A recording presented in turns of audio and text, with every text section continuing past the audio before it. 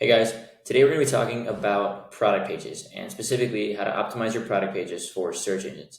Now, conversion comes up a lot when you're talking about product pages, which is obvious, especially if you're running paid ads or retention traffic that direction. So we'll cover conversion in another video and talk about how you can still optimize for search and also optimize for conversion. All right, but today strictly is the search engine aspect of that. So while everyone is busy trying to hack their way to the top of Google, we're going to be focusing on the basics. Because even if you write the greatest content in the world and build hundreds of powerful backlinks across all kinds of domains, it won't matter if your product pages don't convert. You'll have tons of traffic and no organic revenue. So here's your game plan. We're going to cover essentially product page optimization in 4 buckets: keyword research, on-page placement, images and videos, and then user reviews. Okay. So let's start with keyword research. All right. You found the perfect keyword in Ahrefs, but hold on. Before you just start littering your product page with that keyword in an attempt to rank on Google, let's take a step back. There's a few things you need to do first. At this point in your e-commerce journey, you should know who your target audience is, but if you're just starting out, maybe you're drop shipping or you have a new product and you're not exactly sure how it fits the market, that's okay too. This is a good chance to determine your ideal buyer's pain points, needs, desires, and obviously this will help you improve all of your marketing channels, not just SEO. But as it pertains to SEO, this fundamental understanding will help you craft product descriptions and highlight features that force customers to convert. So we're going to talk about different demographics, understanding behaviors, and conducting surveys, and how that's all going to essentially parlay into helping you build and optimize your product pages for search engines. All right. So keyword research. This is arguably the most important aspect of product page optimization, at least as it pertains to SEO as a specific channel. Okay. I am 100% sure that if you're watching this video, you already think you know which keyword you plan to target. But let me ask you something. Did you check how competitive it is? Do you have enough topical authority to rank for it? Does it even have purchase intent? If you answered no to one or more of these questions, you don't have the winning keyword for your product page. So let's start from the beginning. Keyword research.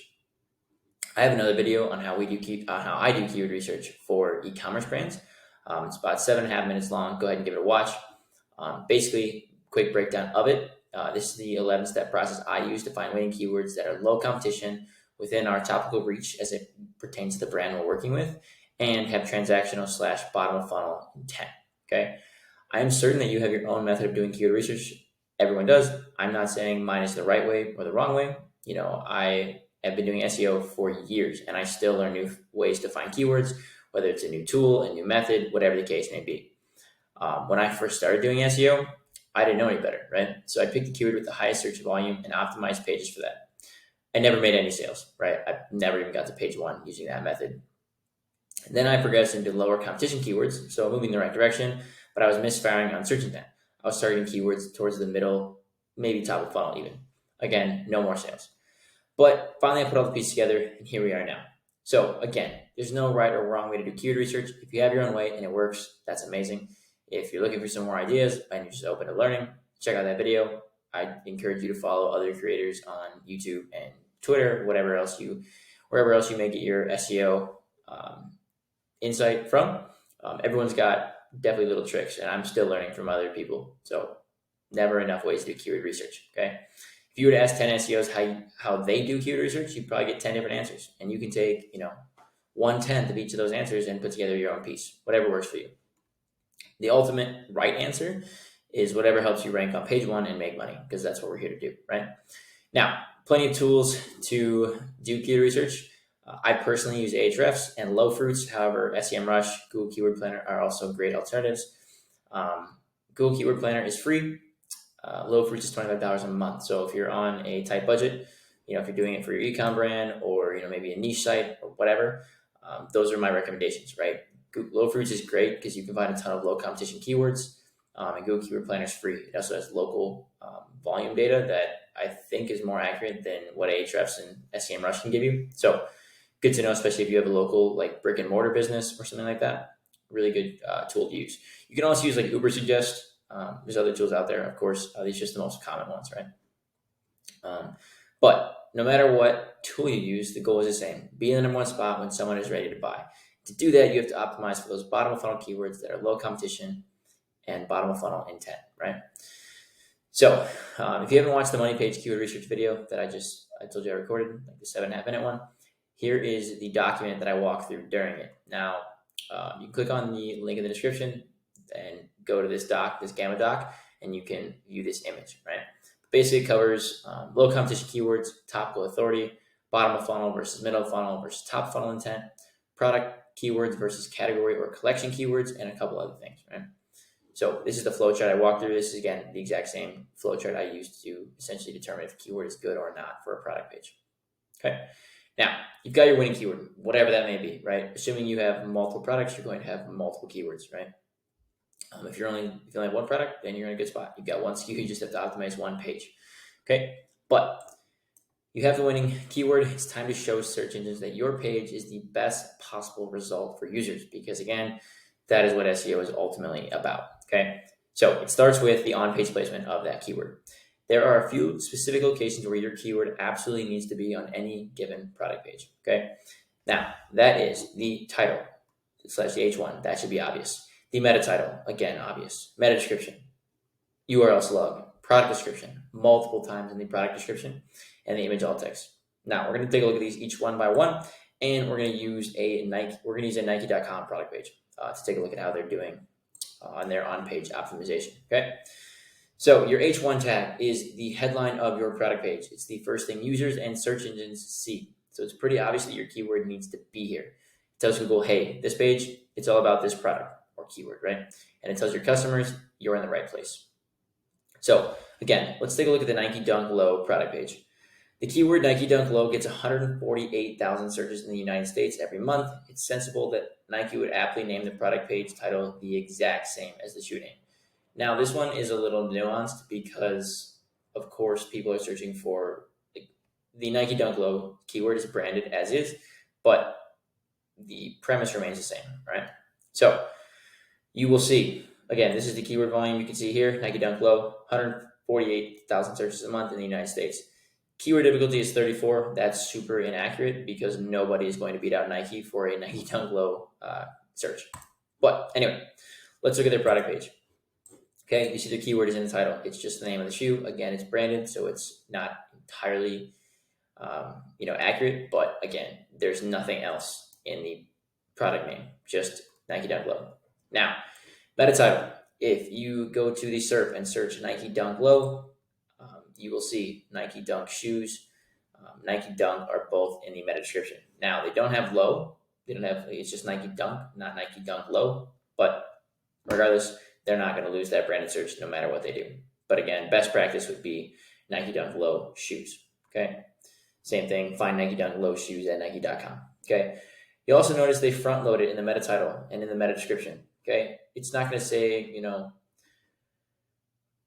Nike.com, high quality shoes, Nike Dunk Low. Like, it's as close to the front as it can possibly be. And that's how you should prioritize that's how you should optimize your meta title and meta description. You should always load the keyword as close to the front as possible. Okay. If your product is not named, if you have like a product name that is not necessarily the key that doesn't match the keyword, like it's a unique branded product name, it should be after the keyword if you want to optimize your page to the best of its ability. Okay. The meta title and meta description are really unique, right? The meta title is essentially your storefront name on the search results page. It should be clean looking, not keyword stuffed, and include your main keyword as close to the front as possible. Like I said, it is what gets clicked on. This is what users' eyes are drawn to first when they search for something. Okay. Now, the meta description, it is not a direct ranking factor to have your keyword in the meta description. Okay. However, it would serve you well to put it there. If someone was searching for Nike Dunk Low shoes and the meta description had nothing about Nike Dunk Low shoes, why would they click on it, right? Also, when your keyword is in the meta description, it gets bolded, as you can see here. Nike Dunk is bolded, right? I typed in Nike Dunk Low, as you can see here, right? But because low is not in it, it's not bolded. If it said find Nike Dunk Low shoes, Nike Dunk Low would all be bolded, okay? Users' eyes are drawn to that because they know intuitively that the keyword they search for is in the meta description and meta title. So of course they're going to click on something that matches what they're looking for, right? Okay. Now, on to the URL. This is often overlooked, I think, especially with e-com brands.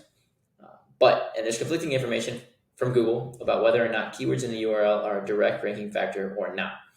Ranking factor aside, I personally believe there's no reason not to include your target keyword in the slug. Imagine you're a user shopping a product and you see these two options: yourstore.com/products/keyword or yourstore.com/products/XYZ123, right? You can replace that with any random string or set of characters you want. Point is, you're going to probably pick one that with the URL slug accurately matches what you're looking at, right? This one is literally dunk-low-men's shoes. Of course, that's accurate, right? If this said Nike.com/T/XYZ123, I might not even know where I'm navigating or what I'm looking at, right? Even though the page title and description are, saying that, it could be a little duplicitous and look a little bit spammy. Even though it's Nike.com, it could look a little bit bad for users, all right? So many brands try to come up with clever product names. That's totally okay. If you want to brand your product name with something unique, especially if you got a patent, totally cool. However, from a purely SEO perspective, unless that same product name gets a ton of branded traffic, these names are more or less irrelevant, right? Now, if you're running paid ads or like a huge creative social campaign and people are actively searching for that like branded product name, of course, that should be in your meta title and optimized on your page. But if you're brand new and no one is searching for your specific product name, I would keep it simple and just name your products something that are keyword relevant. Okay, stick to simple, descriptive product names that align with your keyword research, right? And of course, finally, for keyword placement, or not finally, but product description. Okay, this isn't just about selling your product. Like I said, we're going to talk about conversion in another video. It's about signaling its relevance to search engines. Okay. You cannot sell products if nobody finds them via search engine. If you want to sell pots and pans, well, let's say you want to sell like a 12-inch skillet, okay? I just moved into an apartment and I bought one, so that's my example. But let's say I got on a product page somehow, or I was selling 12-inch pans, right? And I was talking all about the joy of cooking and grilling cooking vegetables and meats and whatever. And I didn't mention the word 12-inch skillet one time. No matter how great of a converting description it is, it's never going to rank in search engines because I did not optimize it for 12-inch skillet, right? I didn't even do it once, okay? So this obviously excludes scenarios in which you run Google Ads, Meta Ads, social, or email, SMS traffic to your PDP. People will find your products, obviously, if you run the traffic there. You could obviously just create landing pages to run traffic there separately from those channels and then optimize your product pages for organic search, right? That's totally an option and definitely something a lot of brands do. The goal here is to naturally incorporate your keyword in the product description, but also sprinkle in other related terms we talked about. So think about like semantics, pain points, and desires, okay? So again, looking at the Nike Dunk Low, you have the keyword in the product description, right? Dunk Low immediately, okay? Also talks about related pain points and desires. Created for the hardwood, of course, relevant to the original Nike shoe, right? But Nike shoes have recently been adapted for streetwear, so take it to the streets. The sneaker icon, sneaker is a semantic word here. Also talking about the features of it. Durable leather upper and knit, accents inspired by vintage denim. Padded low-cut collar, lets you take your game anywhere in comfort. Again, of course, Dunk Low is just mentioned once. However, it talks about all of the other relevant things that consumers care about when they're shopping for this particular shoe, okay? All right. It is about context, relevance, and providing value. And trust me when I say this, that Google and your customers will love you for it. Now, unless you are the CEO of Nike, your brand is not as powerful as Nike. So you'll notice that the above description for Nike Dunk Low has just Dunk Low once, okay? In your case, you should aim for a frequency of 2 to 3 times per 100 words in your description, okay? Now, keyword density, a bit of back and forth on that. It does matter in certain niches. I think in most it does not. So 2 to 3 is a pretty fluid recommendation. More so though, I would just say use it naturally, right? I would not say to use the same exact keyword 2 to 3 sentences in a row. Definitely vary it. You can use a pronoun like it or they or something like that to talk about the exact same product, right? But again, you also don't use the exact same keyword every single time throughout your product description, okay? Instead, use the target keyword in the first instance and then 1 to 2 very close or semantic variations of it. So for example, you want to rank for women's black suede handbag. Your first instance will, of course, be women's black suede handbag. Again, you should front load the keyword close to the front of the product description, just like you did on the meta title and meta description. Okay. The second and third one might just be something like black suede purse, which again is nearly the exact same search, and suede black accessory is another example, right? Lastly, image text, something a lot of people overlook here. When Google crawls your page, it does not visually crawl your images. Okay, it cannot read those. The same goes for impaired users. So what you should do when you add images to a page, product page specifically in this case, make sure you add descriptive image alt text to each of the images. Don't keyword stuff, and make sure that each of them is unique. You don't want to repeat alt text across multiple images, right? Because you're not using the same images every single time. So if we look at, tough to see this right now, but if you look at the alt text here, it literally is Nike Dunk Low men's shoes. Very simple, very descriptive, right? And that is just the standard product image there. So that makes sense, okay? Doing all of these may seem like overkill, especially if you have hundreds of products. It's going to seem like overkill, but I promise you it's not. The reason it's not is because all of these different things matter. And because so many people overlook them, if you do them correctly and you take the time to do them deliberately on all of your products, you're going to win in the long run, right? People are just being lazy, not doing them. If you are simply not lazy, you will beat them. Simple as that, okay? And if you want the best chance of ranking the #1 spot on Google, this is literally just the first step of the product page optimization journey, all right? And if you can't commit to these steps, you aren't prepared for the rest of it, okay? With that being said, on to the next one. Images and videos, right? So arguably one of the most important aspects of a product page, SEO, again, totally aside. Images and videos help convert. There's no secret about that. People are drawn to your products by the images and videos in 99% of cases. Even if they're not on your product page yet, maybe they're on Instagram or TikTok, or even like a Google Ads Merchant Center listing, right? People are drawn to images. They're going to click on those. Of course, there are exceptions. Like if you're selling an info product, probably not going to have many compelling images for that. It's going to be more about your copy and your offer. But if you're in e-commerce where the fun is happening, your visual media is crucial to conversions. It really is this simple. Bad images equals no conversions. Good images, some conversions. Great images, more conversions. Okay? Don't get me wrong. I have seen products with stock photography convert, but it is rare. I'm sure there are dropshippers doing it. And obviously dropshippers know, at least the good ones, know what they're doing. But if you spent all this time developing the product and building a great brand, the least you can do and should want to do is show it off, okay? So here's a few things to keep in mind when shooting product images and adding them to your site. Again, this is not so much an SEO specific recommendation. It's just general product photography, okay? You want to take a look at lighting and background. Make sure images are well lit and show the product from all angles in a variety of suitable environments, okay? Example, Nike Dunk Lows. Again, shoot them on a basketball court and a city street where they're actually going to be worn. Size and resolution. Make sure that all of your product images are the same size and resolution. Also compress your images. You can use a tool like TinyPNG. There's also others. You should also convert them to WebP before you upload. Depending on what CMS you're using, there are also plenty of apps and third-party plugins that will do this for you. So plenty of options there. Product image in the same size, that's a super basic thing to get right. Like if you're going to use all square images, or like if your leading image is square and then your next one is a rectangle, that's going to look really weird when users click between them.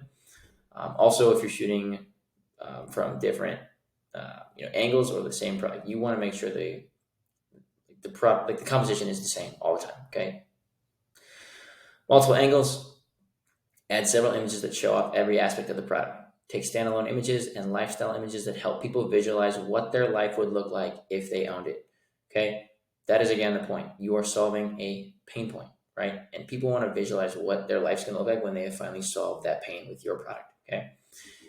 Example, if you go back and look at the Nike Dunk Low PDP, it includes standalone images as well as pictures with models wearing them with shoes, socks, pants, and multiple different environments, okay?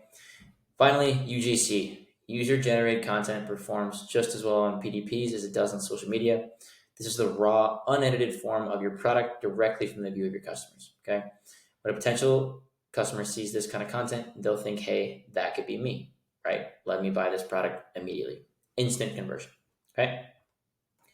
Now, on to user reviews. This is an extension of UGC content, in my opinion. Okay. Social proof, social proof, social proof. Okay. There is no better way to sell your products than with a stream of 5-star reviews.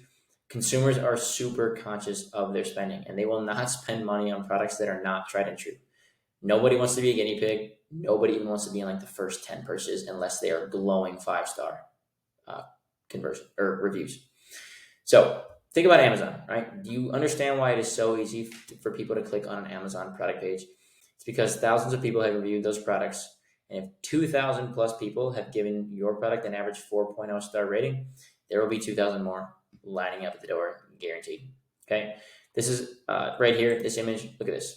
1,200 reviews, 900 reviews, 2,300 reviews, 1,900 reviews, all in the 4 to 4.5 star range. And these are not cheap products by any means. These are actually pans based off my example earlier. Okay.